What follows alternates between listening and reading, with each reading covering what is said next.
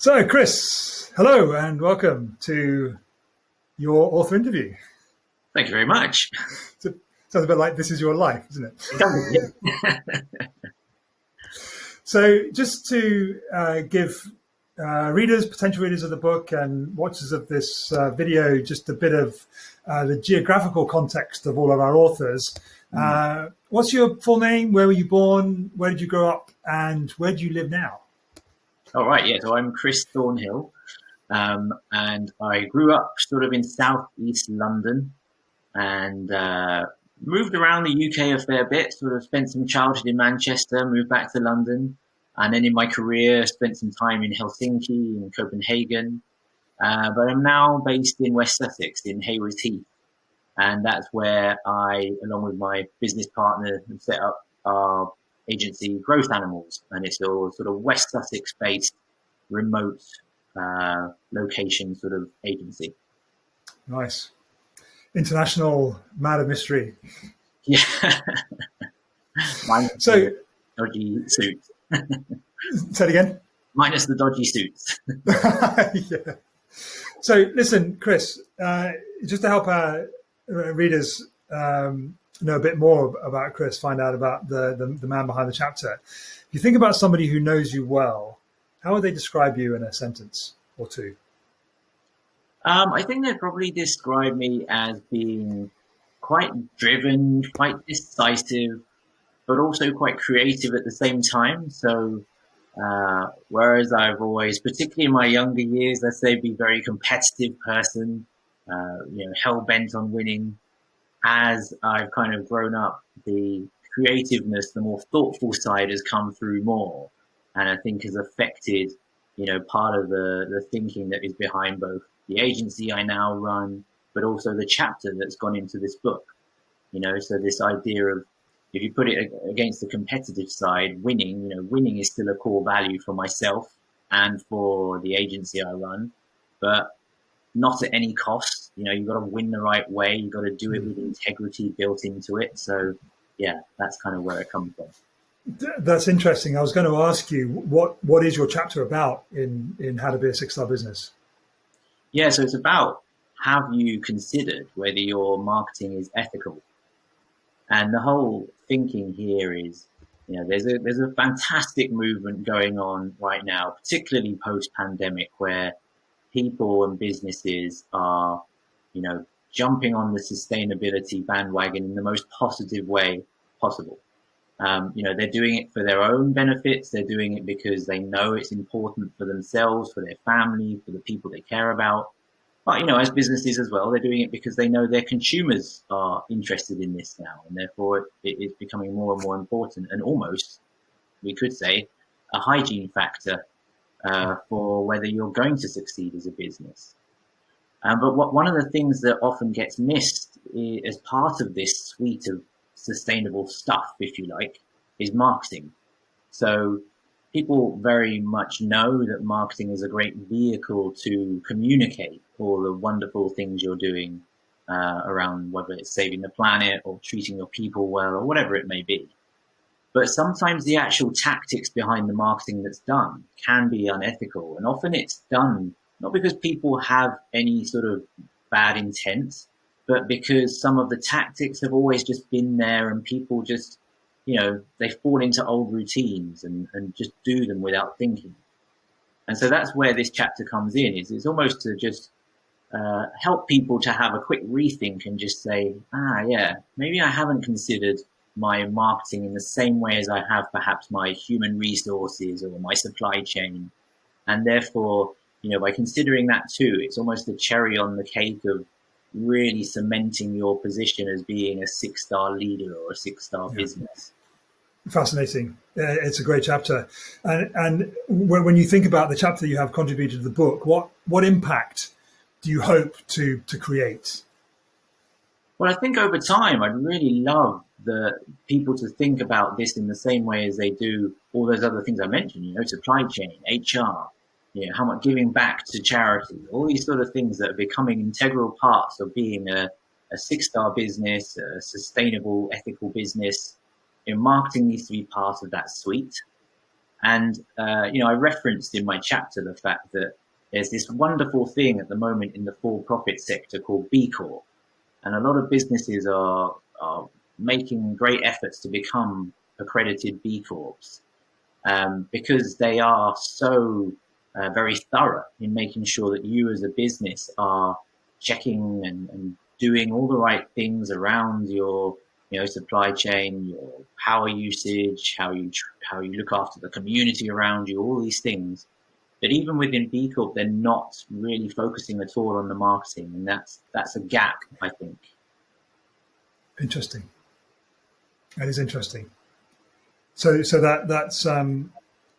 that's kind of a big scale impact that you're hoping to make. And if an organization like B Corp hasn't addressed it, but if you go from that big impact down to your specific chapter, what's a single light bulb moment or possibly even a practical action step that somebody could read your chapter and either have or take as a result of reading what you've written?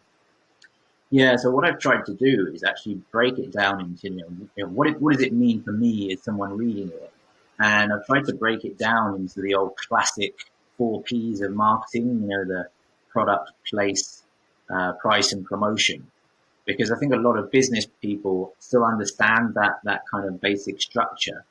And so, for example, some of the things that might seem really obvious, but price. Do I, as a business owner, still use psychological pricing a lot of the time? So, for example, do I put £2.99 instead of £3, that sort of thing? And this is the classic example where I mentioned earlier, Pete, that these are the things that have become so normalized that I'm sure you or I have done that ourselves and been parties to those sort of things many a time. But it's one of those ones where if you just take a step back and think, is it quite ethical? Because really it's there purely as a practice to try and trick the human mind to see a different price than the real price.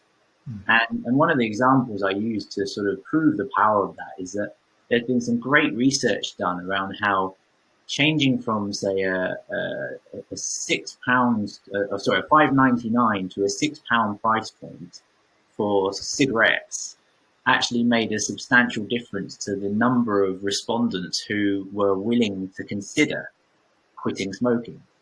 So if it has that power in that way around, then it obviously has a great power as well at tricking people to buy something the other way around. So what I've done in the chapter is just sort of using the basic structure of those 4 Ps is just give a couple of examples in each around how you can think about it in your own real life context and how you might be able to apply it yourself. That's wonderful. And I don't know if the experience was new to you, but how did you feel writing the whole chapter for a book? Yeah, well, it's pretty new, to be honest. I mean, up till now, all I've really written is the odd blog post, that sort of thing. And at first it was a bit of where do I start? But it was quite fun in the end. Once I started it and started flowing, then it became quite enjoyable, and it almost became a task of trying to stop myself. And when you think about everything that you could have written about, so you just said there, where do I start? What inspired you to write on that specific topic?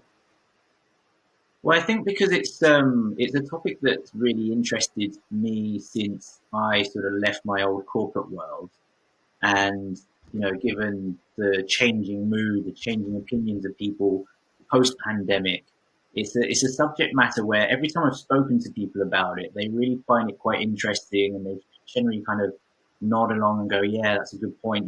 Maybe I hadn't thought about this." So I just thought it's quite a nice one in terms of potentially a subject matter that will appeal to most of the readers, but perhaps some of them might not have thought of yet. Yeah, that's great. I want to ask you a couple of questions now that hopefully put you in a bit of a reflective mode as you kind of think back on your corporate life and maybe even beyond that to where you are now.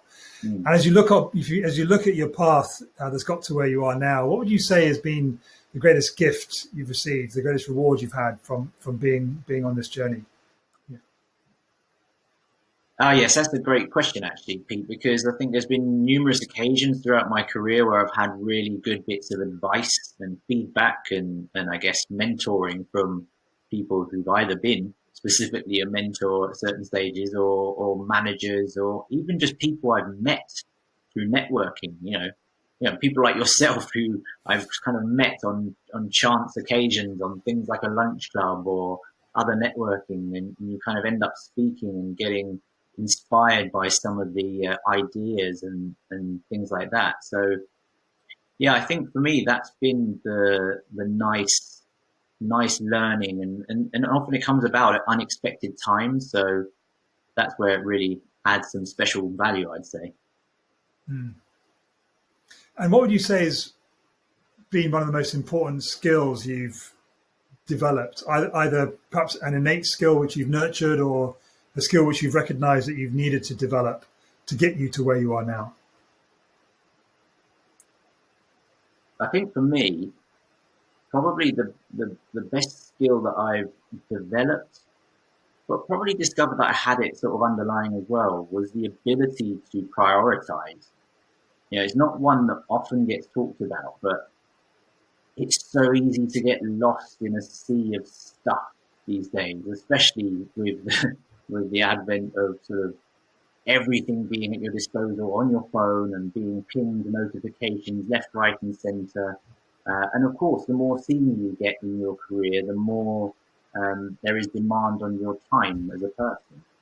So I think it's really crucial that you, as an individual, you kind of teach yourself and learn what are the most important things to put your time to.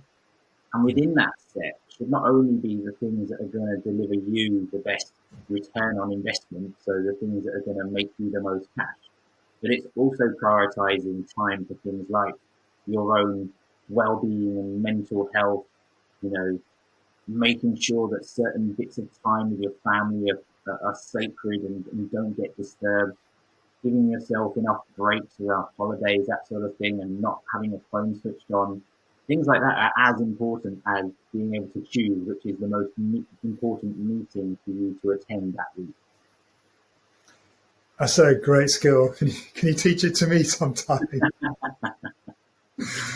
I've definitely made improvements there, but yes, it's not often talked about, but it's a vital skill. And just perhaps on the flip side of that question, what would you say has been your greatest challenge on your journey to here?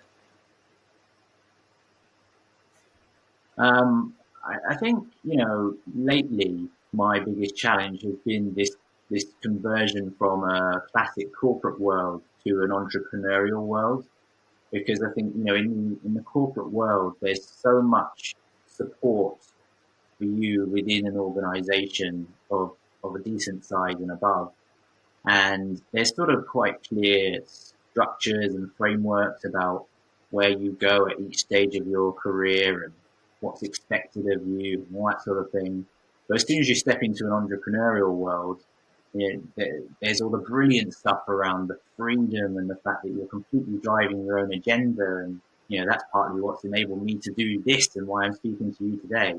But at the same time, it's also quite overwhelming at times and quite frightening at times. And so, being able to sort of not get too overwhelmed by that and to still be able to focus on the important things, that can be hard.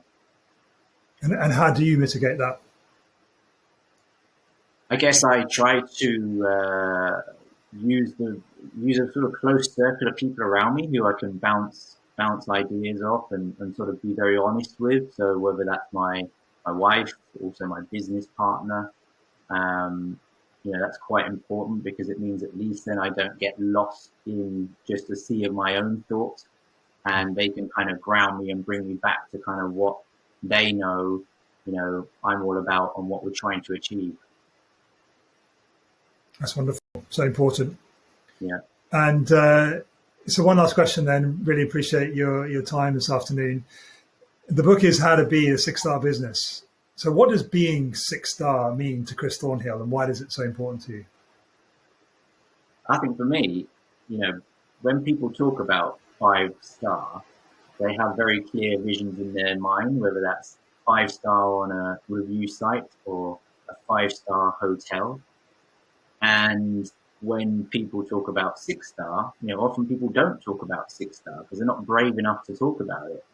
But I think if you start to think about what a 6-star review would be or what a 6-star hotel would be, then, it's very clear that that's going to be special. And it can't just be special in a single way, like having very good food or very good sort of customer service. It's got to be special at everything. And that's what makes being a 6-star business an exciting concept, because you are really thinking about being the best of the best across every facet imaginable. And just kind of wrapping around to where we started, I guess that appeals to the competitive nature in you to be the best of the best. But absolutely, yeah. 6-star. Yeah. And as soon as everyone else catches up, then Chris Thornhill will be 7 stars and beyond. Great. Well, Chris, it's an absolute privilege and joy to know you. It's been a great experience collaborating with you on Volume 1. Hopefully we'll be collaborating on others. And just really appreciate your time this afternoon to do this interview. So we'll see you around. All right. Cheers, Pete.